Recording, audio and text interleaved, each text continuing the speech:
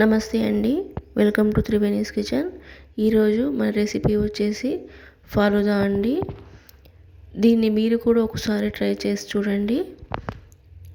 ముందుగా దీనికి కావాల్సిన పదార్థాలు: బ్యాంబినో సేమియా అండి, చక్కెర 1 కప్పు, కస్టర్డ్ పౌడర్,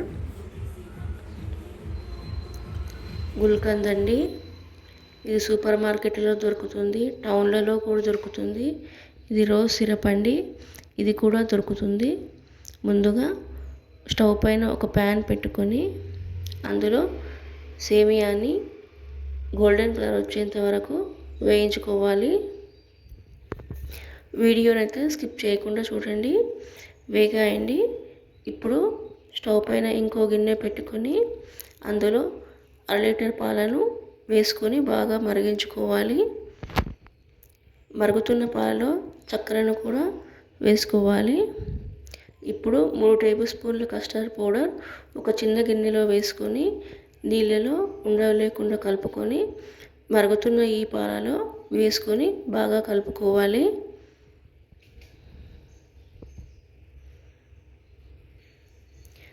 వేసిన తర్వాత ఒక 5 నిమిషాలు బాగా మరిగాక ఇలా క్రీమీ టెక్స్చర్ అనేది వచ్చిందండి.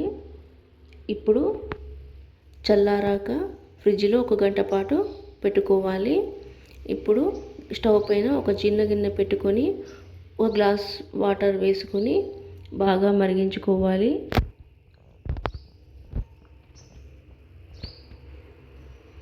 వీడియోని అయితే స్కిప్ చేయకుండా చూడండి.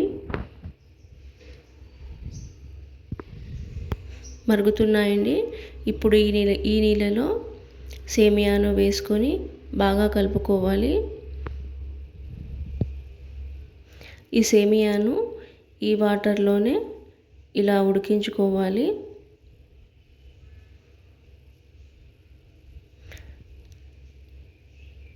ఛానల్ని సబ్స్క్రైబ్ చేసుకోండి, అలాగే వీడియోని లైక్ చేయండి.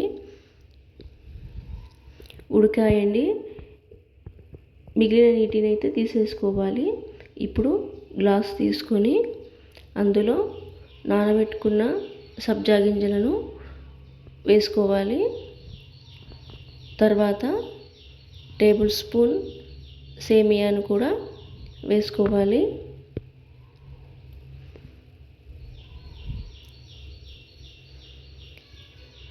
అలాగే 1 టేబుల్ స్పూన్ గుల్కందును కూడా వేసుకోవాలి.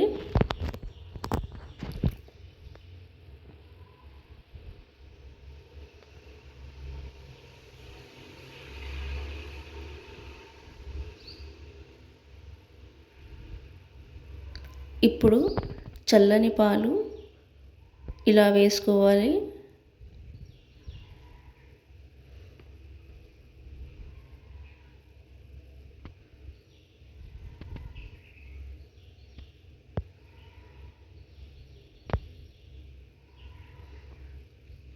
ఇప్పుడు ఐస్ క్రీమ్, టూటీ ఫ్రూటీ, బాదం పప్పులు వీటిపైన ఇలా వేసుకోవాలండి.